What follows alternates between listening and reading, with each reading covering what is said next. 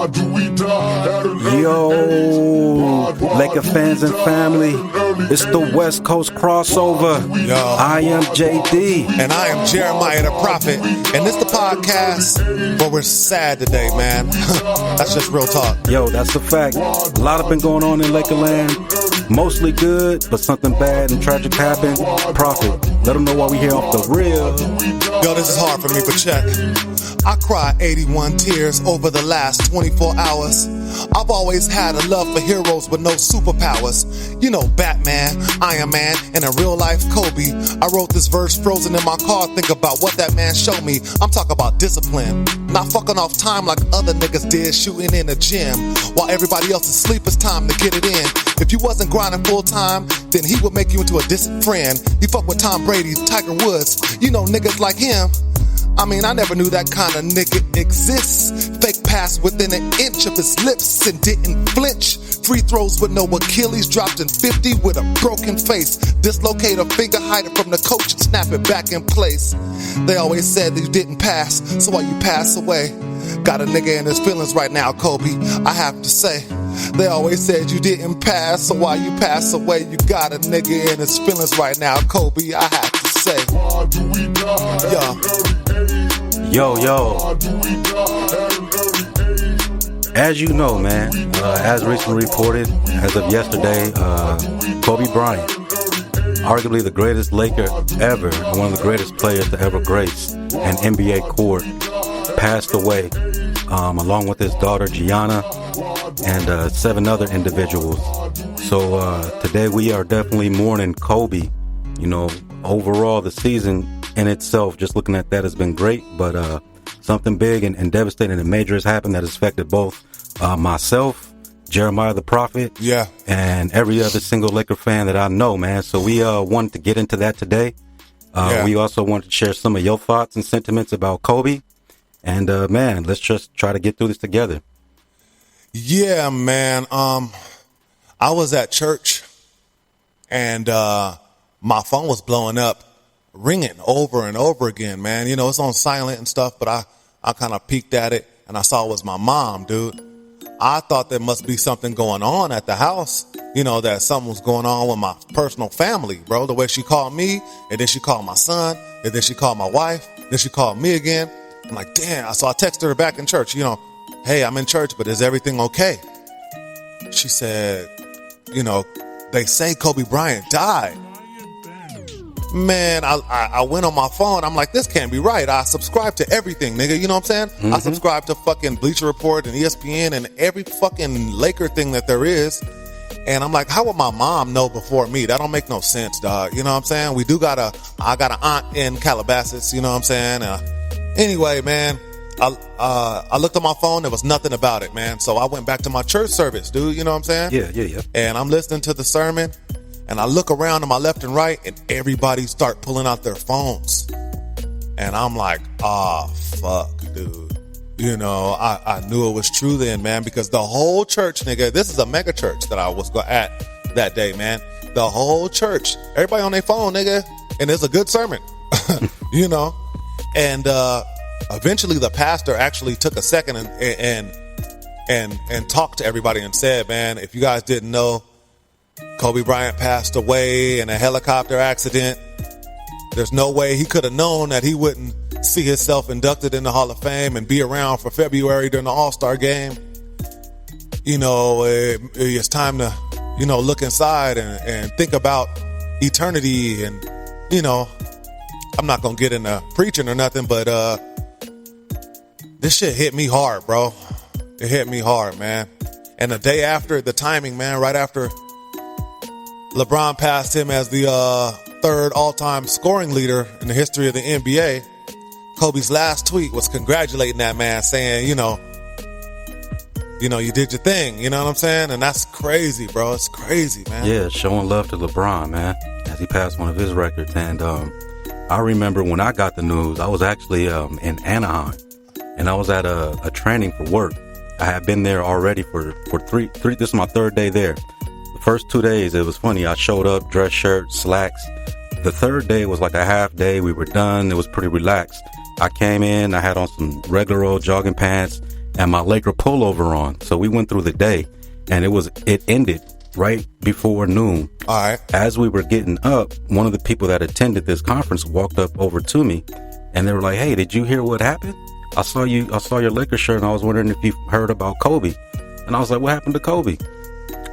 She said, "Kobe died. It's on the news. Kobe passed away." And my first thought was, that's a joke. You must be lying. I'm like you. I subscribe to all the services too. And at that time, nothing that came up on my phone.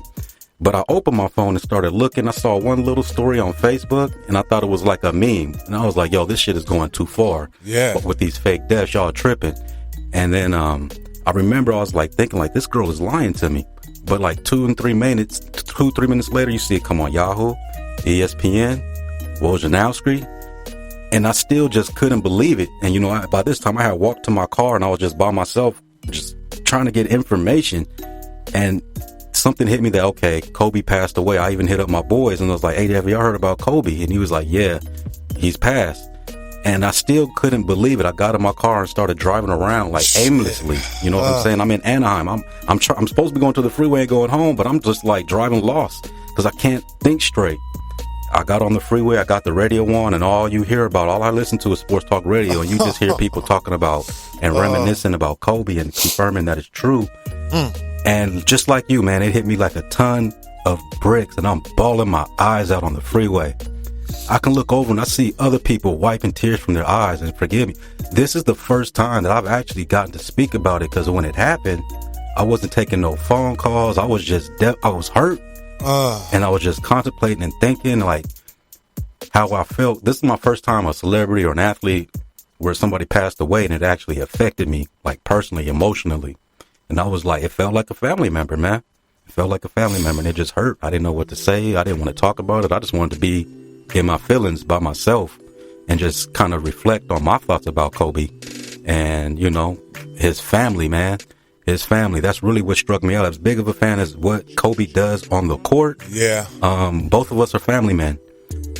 I got 4 kids. I got 3 daughters. You got daughters. Yeah. We've both coached our kids in sports, basketball specifically. Shit. So these last couple years, I've watched Kobe and Gianna grow as a basketball father-daughter type situation, and I know that feeling.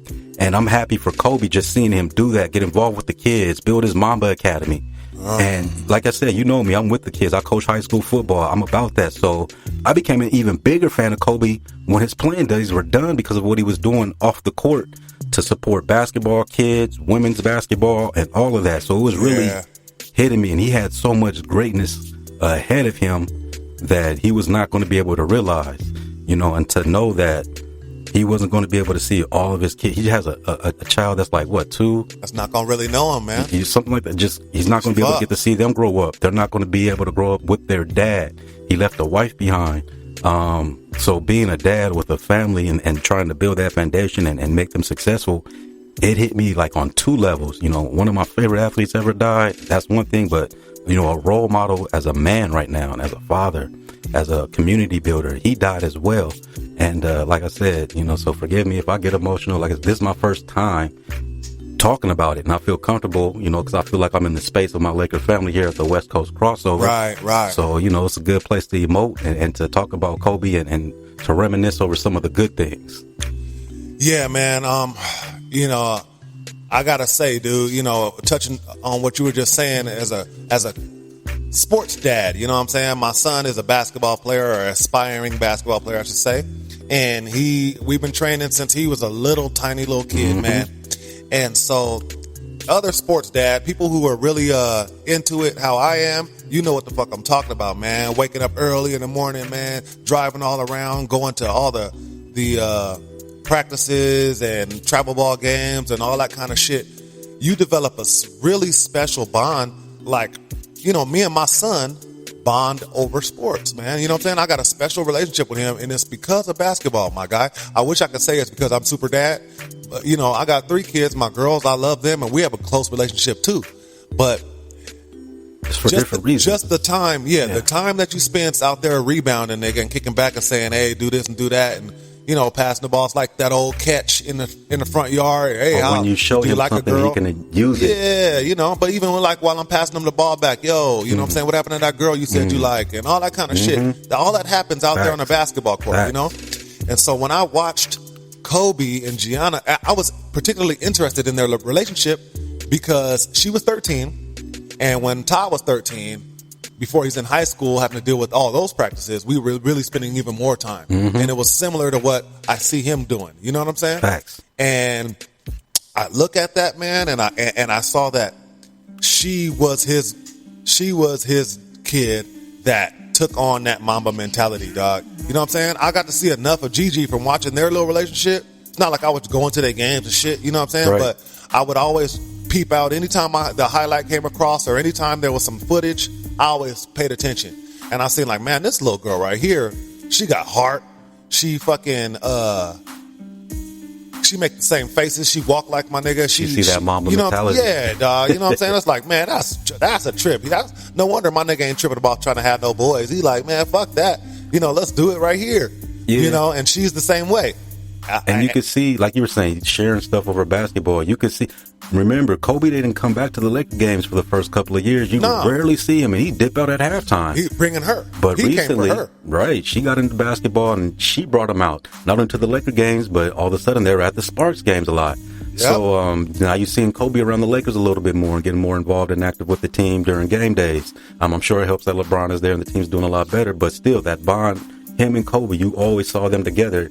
Sometimes it'd be Kobe and Vanessa, sometimes Kobe, somebody else. But Gianna, Gigi, she was always there with him. And you could see them bonding over basketball, bonding over the Lakers, just like you're pointing out. So that was a beautiful thing to see, man. And that's, like you were talking about, that's one of the levels that you see that makes it hit so hard. Yeah, on a whole different level other than, Kobe was my favorite player. I got all his shoes. Oh, yeah, man. I also, two things about that in that relationship, and then we can move on to what our West Coast crossover heads have been sharing with us. But my wife had some important insight. I felt like, man, really hit home for me. She's, you wonder why shit like this happens, you know what I mean? And that little baby girl, you know what I mean? I just, my mind was racing about the actual event and what was going on during that time when it, anyway, man. As I'm grieving about that, and she's looking at me, she said, Kobe was one of the most gangsterous, man. He was one of the most fearless people. Real talk, dog. He was one of the most fearless people that I've ever seen or heard of in my life. You know what I'm saying? I would think it was bullshit if somebody told me about a nigga like that. You know what I'm saying? But I saw it with my own two eyes, so I know it's real shit. Mm-hmm. And Gigi was had that same personality trait. You could tell, bro, hardcore. You know what I'm saying? Mm-hmm. I don't know them personally, man, but I saw enough to know it without that. It jumped off the screen. You know what I'm saying? It sure did. And I envisioned, my wife and I were talking about that. We envisioned them being ones on the helicopter, man, probably like leading, and comforting the others, man. You know what I'm saying? Because that's how strong I see them as heroes in my life. You know what I'm saying? My eyes. And then two, she was saying, man, you wonder why God allows things like that to happen, man. And she was like, it could be that those two are a package deal, man. And real talk, nigga, I get that, dog, because like, when you real close to somebody, man, a father and son or a father and daughter, that are that tight, man, fucking who knows how that girl's life could have turned out if it was just Kobe, man. You know what I'm saying? Yeah. And I, as a father, man, might consider blowing my fucking brains out, man, if my little 13-year-old went out and I want to be there. Fuck it, take me, you know what I'm saying? And it might have been a package deal that way, bro. And I hate to, like, I'm just trying to comfort some of the hearts out here, man, in West Coast crossover land, because I know we all got to be grieving the same, nigga. You know what I mean? Yeah, definitely. That just helped me a little bit, man, because I just feel like, man, he was a hero, bro. His daughter was a a hero in the making, and that's just the way it might have had to happen this time. You know what I'm saying? You know, fucked up stuff goes on, you know? I mean, it's a sad perspective, man, but it might be a real one. And I don't know. I just want to get into a couple of thoughts, too, that some of the members of the West Coast Crossover shared with us. First of all, shout out to David Pham. What up, Dave? Yo, David Fannin says, my family moved from the IE to rural Alabama in 97. Ugh. Nothing connected us back home like turning on the Laker games. Ooh. Kobe was that connect for us, and my parents are first generation immigrants with limited English. The few things we can connect on is the Lakers. Exactly. I know they can say, Kobe! Yo, they come home from 10 to 12 hour work days and ask us, have the Lakers played yet, or how was Kobe doing? So shout out to David Pham, and thanks for sharing that with us. Obviously, his family was able to bond cross country just over Laker games. I see that. How many times have you had a conversation with a random stranger just because you saw them in some Laker gear and the Lakers played last night? Or maybe it was after Kobe went off for 50 or 60 or something, and you saw somebody in Laker gear. Hey, did you see that game? And you bond and have a conversation with that person. Yo, shout out also to Anthony Harrison. What up? Anthony, yo, he chimed in. He said back in the 90s, the Sickle Cell Anemia Foundation of LA took a group of kids to go see the Lakers play. This was when Nick Van Exel, Shaq, and Kobe was on the squad. Kobe was barely known at the time. After the game, Shaq was supposed to meet and greet with us, but he was mad because they lost the game and he never came out the locker room. He said they was all sad as hell. But a young Kobe said he would do it. He came out, took pics, signed posters, signed autographs, and he even took us back on the court, put up some shots with us. I've been a Kobe fan ever since. Yo, long live Kobe. Dope story. Yo, shout out to you, Anthony Harrison. But like I said, man, a lot of people have bonded and connected over the Lakers, whether it be just walking down the street, on the bus, at work, at school, whatever. You know what I'm saying? Something has bonded you over the Lakers, and a lot of people have special memories that involve Kobe and his time with the Lakers. Nigga, I gotta share this one, dog. You know, we could talk about Kobe moments and how fucking dope he was on the basketball court and how he felt when he did this and that all day long. But one that stands out to me, and I will think about it forever, and it's like what you said with David Pham. You know what I'm saying? My family doesn't watch NBA basketball like that. My son is of this new generation where he just watches highlights, dog. He can get the whole game and the stats and shit without seeing the whole game. My girls, they don't care about that shit. Unless I'm watching it, they'll watch it with me, you know? And one day I was at work during Kobe's last game. And, you know, block your ears, anybody that worked with me. I was watching that shit at work. and nigga, my coworkers, when it came down to the fourth quarter and Kobe is going off, we was down. And this nigga in his last game, when he had been doing bad throughout the season, he thought he was kind of washed and he didn't have it left in him. This nigga dug deep and fucking put up shot after shot and brought the Lakers back. And motherfuckers was hating and talking about they're not playing defense on social media, but I'm looking at Gordon Hayward swinging at that shit. And Julius Randle have to set moving picks to keep niggas off him. and he's running around that shit and drilling in motherfuckers' face. It was so crazy. And then at the end, when he hit the last shot, the go ahead bucket, my family FaceTimed me from work. And my wife and 3 kids, all 4 of them were all in front of the iPad, hollering and jumping up and down and screaming and crying and shit. And I didn't even know they was at home watching it. You know what I'm saying? And that shit was a special moment, just even as a family. You know what I'm saying? Yes, sir. We were together when I was at work over a Laker game. And that's some real shit. And we don't FaceTime, nigga. They don't watch Laker games and we don't FaceTime. But that fucking day, we had to do both. And it changed. You know, I'll never forget that for the rest of my life, man. Hey, breaking all kind of barriers, both big and small. And, you know, speaking of that game was actually one of my favorite Kobe moments when he went off in that last game, because I can't think of anybody else who's ever ended a career and went out like that. There's no such thing, you know dog. It's impossible. Like That'll never happen again. And then the way that game started, he missed like 4 or 5 of his first shots, and it was just like, come on, Kobe, please do not go out like this. Like you were saying, it seemed like he was washed. He was having a tough season, and I was like, just don't go out like this, man. And then he started putting stuff together, and it was looking like he might have a decent game. Next thing you know, he got 30 some odd points, and I'm into the game, man. Like, this is the championship, game 7. Yeah. Like, I'm young, and I have nothing more important in my life than the Lakers. Yeah. And I'm like, pass Kobe the ball, and you could see that the players were like, pass Kobe the ball so he could shoot, like you're saying, moving picks. And people are talking about he wasn't playing. The Jazz had to win that game to get into the playoffs. Yes. It was imperative that they win. They was going all out, and they wasn't trying to get dogged, whether this is his last game or not.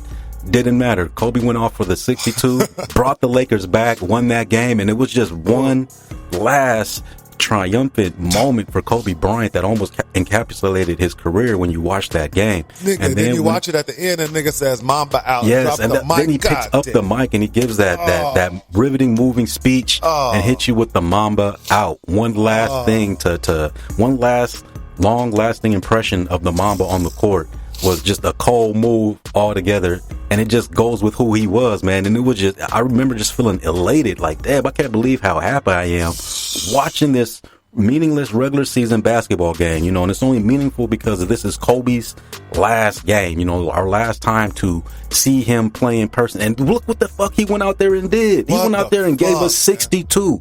So to sit out there and say that Kobe did not give you everything that he had every single game. He did not believe in load management at all. Kobe was trying to fix his own injuries and get out there on the court. Another lasting impression. Kobe tearing his Achilles. Yep, and hitting them fucking getting free throws. The fuck up, walking to the free throw line, hitting both free throws, walking off that court. The Lakers won that game by 2 points. Those 2 points mattered right there. So that Mamba mentality is something that I picked up on early, and just being able to persevere and push through when all the odds are stacked against you. It doesn't matter. Give it your all, and who knows what's going to happen at the end. But never be defeated before your opponent can actually defeat you. You know what I'm saying? Just don't lay down. So that was the perfect embodiment of that Mamba mentality. Nigga, I mean, isn't that some dope shit, dog? I mean, when I was rapping earlier, nigga, I said he's a real life fucking superhero with no powers, nigga. And Bo Jackson, I grew up watching that nigga. And that nigga's like a goddamn superhero. Bruce Lee is like a motherfucking superhero, dog. You know what I'm saying? And Kobe Bryant was a motherfucking superhero. You could hate on that nigga. You could be a Celtics fan. You could think that nigga didn't pass. You could think whatever the fuck you want to think about him. But if you didn't respect that man's motherfucking superpower, superhero type of lifestyle, then you just a blind motherfucker, man. You know what I'm saying? Because I'm watching a nigga get his fingers dislocated and his instinct, and I'm talking about instinct now. On the court, his instinct is to hurry up and cover it up. He don't bend down and go, ow, or roll on the ground like one of these motherfuckers do when they get slapped upside the head, and which I'm not saying is a bad thing, nigga, because that shit hurts. But his instinct is to cover it up so the coach don't see and won't pull him out. Then nigga goes over and fucking snaps it back in place and keeps it moving on the low. You know what I'm saying? Who does that, nigga? But then after that game, they found out about it. They said he was supposed to be out for a long ass period of time. He was back after like 1 or 2 games. Yo, just tape my shit up. I'm good. And then he went out there and balled out like it never happened. And then I see my nigga, multiple times. I remember when the nigga came out just busting nigga's ass with his left hand just for no reason. Nigga, no reason other than to show he could do it. Yeah, and just busting nigga's ass for like 4 or 5 games. Nigga, like Larry Bird ain't the only person that can shoot with his left, nigga. Let me show you how this works. And you said Larry Bird, you said Celtics, and you said respect. One of my other great moments, I was watching the Lakers beat the dog shit out of the Celtics one year. Kobe went to the free throw line, and all I heard were MVP chants ringing throughout whatever that shit is called, wherever Boston plays at. Fruittown station. Yeah. You heard MVP chants coming from Celtics, and I could not believe it. And it was just giving me such a sense of satisfaction. And that was another one of those great Kobe moments, along with all the spectacular plays that he's made throughout the years, buzzer beaters, dunking on people. And it's not even just plays. He'd give you spectacular games, 81 points. Outscoring the Mavericks in 3 quarters, 62-60 or whatever that was. Just so many fantastic dunking on people in the preseason over that dude from the Timberwolves when he jumped over him. Everybody remembers that dunk. a ton of highlights from number 8, a ton of highlights from number 24. I mean, there's just so much. It's hard to even recall all of the spectacular or even list or rank your favorite Kobe plays. Yeah, dog, it's not even possible, man. But I know one of them. I actually know my favorite Kobe play. Now that we're talking about it, because this is some dope ass shit. Remember when I think it was Robert Horry threw a full court pass. Oh, and he caught it, did that 360 shit? He caught it, went around the back, and 360. With no dribbles. Don't forget that part. And it was like the move that you kind of had to do in order to be able to dunk that shit. It's like the only move that would have worked. And he's probably the only nigga that could have did it. He did it in real time. Perfect footwork. No travel. Yeah, and banged on that guy with a 360. That shit was probably my favorite Kobe play. My favorite Kobe moment's probably that last game. You know, the 81-point game. We didn't even talk about that shit. That's how crazy that nigga is. We go this long without even talking about the time where the nigga dropped 81 on the Raptors. On the Raptors. That 81 that they needed. The 81 that they fucking needed. Denied if you want to, but Jalen, you caught about 60 of those. Nigga. But think about, this one right here, this is why I think the nigga's a fucking superhero. Because you can call me a bitch if you want to. Go ahead. But if a nigga pump a ball an inch or two from my face and believe that, don't look at them camera angles, nigga. Listen to the motherfuckers that was there. And I watched it. Yeah, I've seen it, nigga. I fucking flinched. If you pump the ball close to my face, nigga, you call me what you want to. I'm putting my hands up. I'm ducking. I'm doing something. I just call that being smart. Right. I just call that being like, you know what I'm saying? Trying to get my Floyd Mayweather on. In that moment. That's what I'm saying. Kobe looked at that nigga, he chewed gum in that nigga face like. Right. And I knew at that moment in my heart, like, I couldn't have did that. Yeah, exactly. I would have flinched and then I would have had to jump back up like I'm about to fight this nigga. Yeah, that's what I'm saying. You flinch and then you sock or you swing. Flinch and swing to show you ain't no bitch. You know what I'm saying? This nigga stood there and just chewed gum in the motherfucker face as if like, hit me, bitch. I wish you would. And I knew at that moment, I'm like, man, this nigga different than me. He's different. He different than me. He's super focused. I remember there was a moment like that that's kind of similar but opposite, where he was sitting on the bench, hyper focused on the game. He had just came out. Chris Rock was on the bench sitting right next to him. Chris Rock is talking to him. You know he's telling joke after joke after joke after joke. He's going in for like 30 seconds, and Kobe is just sitting there staring at the court, hyper focused, chewing on his gum and acting like Chris Rock is not even there. He didn't hear him. He didn't hear him. He didn't hear a word, I'm sure. Yeah. Because he was not talking about that basketball game. Yeah. He better say something that's going to be helpful. Yes, so his mentality was like second to none. There was never a moment where I thought that he felt like he was overmatched. Even when he was playing with the Kwame Browns and Smush Parkers of the world, he was looking at them niggas like, what the fuck is wrong with y'all? How come y'all can't fucking ball? How come y'all won't even try? It's just because they knew they was whack. Yeah. That's nuts, but it's the truth, man. I seen it with my own eyes too many fucking times. And now, I'm going to say this, man, because a lot of motherfuckers get on people's dick when somebody passed away, man. I watched it with Nipsey Hussle, man. Mm-hmm. You know, I was a big Nip fan, dog, and I'm like, man, I couldn't talk to nobody about Nipsey Hussle until the nigga died. Now everybody know who the fuck he is. But, you know, and I'm not trying to jump on the bandwagon and being like, oh, Kobe was my favorite player my whole life. No, he's my son's favorite player.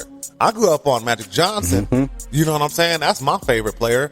And I love LeBron James. I love niggas that can pass. That's my shit. Kobe frustrated me a million times over, dog. God damn it, pass the ball, nigga. You know what I'm saying? No, don't shoot that shit. Oh, shit. Okay, cool. All right, well. you made it. You feel me? That happened a million times. But I tell you what, and my wife, for a lot of times, she thought that nigga might have been kind of cooning different times, or kind of was, you know what I'm saying? Mm-hmm. You know, different niggas have different things that they don't care for about a motherfucker, you know what I'm saying? Right. But both of us, dog, me, her, Celtic fan down the street, and every other motherfucker that ever watched a nigga play was like, but that nigga is a cold motherfucker, though. Facts. Damn, who's like that, dog? What kind of nigga does a billion professional athletes always have a story about? How does that happen? Like everybody, nigga, everybody sees that nigga and it's like, oh, bro, this one time this nigga did this and he works way harder than me. You know, how can that be? You know how hard it is to be in the NBA? How much work you got to put in to be in the NBA, nigga? These 6'1" guards. You know what I'm saying? How much work did Isaiah Thomas had to do to get in the NBA? I'm sure a fucking ton, right? Absolutely. And this nigga sees Kobe working, he's like, God damn, I need to step my shit up. Right. Admiring his work ethic. And then same thing, Kobe goes to the Dream Team. Best ballers in the NBA, best ballers in the world. And same situation. Kobe's out here working harder than all of us. And Kobe's already the best in the NBA. Yeah, that's what I'm saying. That's the real shit. It's like he didn't have as much external motivation as none of them niggas did. But he had more internal motivation than they could even muster from, all the people talking shit or whatever the hell that was going on, man. That's a wild situation, truly man. Wanting to be the greatest past just saying it, actually working to be that and shit, arguably achieving it. So I'm gonna say my son, Todd Jr., you know what I mean? He's really stoic in his personality, like Tim Duncan or Kawhi Leonard. You don't get no emotions out of that motherfucker. Yeah, you know what I'm saying? He used to score touchdowns and just hand the ball to the ref like Barry Sanders, nigga, walk off. And I haven't seen him show any emotion whatsoever, bro, about anything, nigga. You know what I'm saying? My father passed away on Thanksgiving. I told him, he was like, oh, damn. But yesterday, man, my nigga was weeping, and I said, man, you gonna dedicate the rest of this season to Kobe? And he was like, you know what? Nah, I'm gonna dedicate this next off season to Kobe, because that's what Kobe would really want. That's the Mamba mentality. That's what's up. You know what I'm saying? It ain't, that's what's difference between him and everybody else is the fucking discipline, man. And coming back every year with some harder fucking moves. Not going hard just when the lights are on. Shit, man. Shit. And that's some real shit right there, Facts. man. Facts. So, yo, shout out to young Todd, man. Keep up that same mentality. That's that Mamba mentality, man. So definitely keep that in your heart as you go through your season and progress into your off season. Get yourself bigger, better, and stronger than everybody else. Man, prayers up. Prayers up. To the family, the Bryant family, of course. Miss Vanessa and their 3 surviving daughters, man. Fuck, dude, it's hard to even say that shit. Our condolences go out to his mother and father and sisters and everybody else that's affected all around the world. And of course, our condolences go out to the other 7 passengers of that helicopter flight, man. Rest in peace to all of y'all, man. I know that we don't know you globally like we knew Kobe Bryant, and so the family may be seeing all of this fucking all this attention to Kobe, man. But we ain't forgot about you. We just don't know y'all like that, man. Yeah, we still sad about that. That's real shit. We know y'all feeling it and going through it. Fuck, man, it's fucked up. Harder than everybody else that's not actually dealing with direct death in this situation. So condolences to y'all as well, man. Yo. And West Coast Crossover family, man, we're going to get back to doing these shows, bro. Facts. We just, we're sitting here enjoying the fucking killer ass season that we having right now. Me and my nigga JD both got fucking actual jobs. So, shit like this happens where we have these little lapses in shows. You can always catch us on social media. So make sure you are staying with us on the fucking West Coast Crossover page. On Instagram, on Facebook, on YouTube, and fucking every other place you find other bullshit that ain't as dope as the West Coast Crossover Show. And if you go to the page on Facebook, make sure you like the fan page, but make sure you join the group, because that's where it really gets lit. Oh, nigga. We can't roast nobody right now because it's kind of a somber day. But believe me, if you never heard us before, or if you're not part of the West Coast Crossover group, you're missing some fucking jokes, because niggas be getting clowned. I think that is the dopest group that I'm a part of. And I'm not saying that because we the administrators of that motherfucker. Dead ass. Niggas be having me crying. It's y'all, dog. It's y'all, the West Coast Crossover family. Y'all niggas be roasting and killing niggas out there, dog. And if you ain't seen that shit, make sure you subscribe and be a part of that. Also, give us a shout out. Give us your comments. Give us your questions. And you could be a part of the next fucking show. We love to have you on. But if you're not on, we'll read your shit off like we did for David and my nigga, Mr. Anthony. Harrison. Yes, sir. And then don't forget to watch the Liquor Game tomorrow. They will be going against the Clippers. It's going to be something, man. It's about time to fuck them up. Yeah, they got to get that win. We've lost to them twice. It's going to be a high emotional game. They got to go ahead and get that win and let the Clippers know that it ain't going to be no walkover to the playoffs come, man. Hell no. You know, everybody going to be trying to do it for Kobe, but you can't do it for Kobe like the Lakers do it, baby. Right. And so we got to bring that one home right there. I know Kawhi Leonard, though, for real, I know he's heavily affected, man. He's a big fan of Kobe Bryant. That ain't even funny, you know what I'm saying? And all the rest of the whole NBA, man, I know they're all sad about that shit, man. So yeah, everybody's down in somber, man. But check it out, man. Next show, we're actually going to get into what's been going on in the Lakers season. How might the Lakers use this moment as motivation to help propel them to the championship? And yo, let's get it, man. This has been the West Coast Crossover. We appreciate you guys joining us. I am JD. And I'm Jeremiah the Prophet, and we out this motherfucker.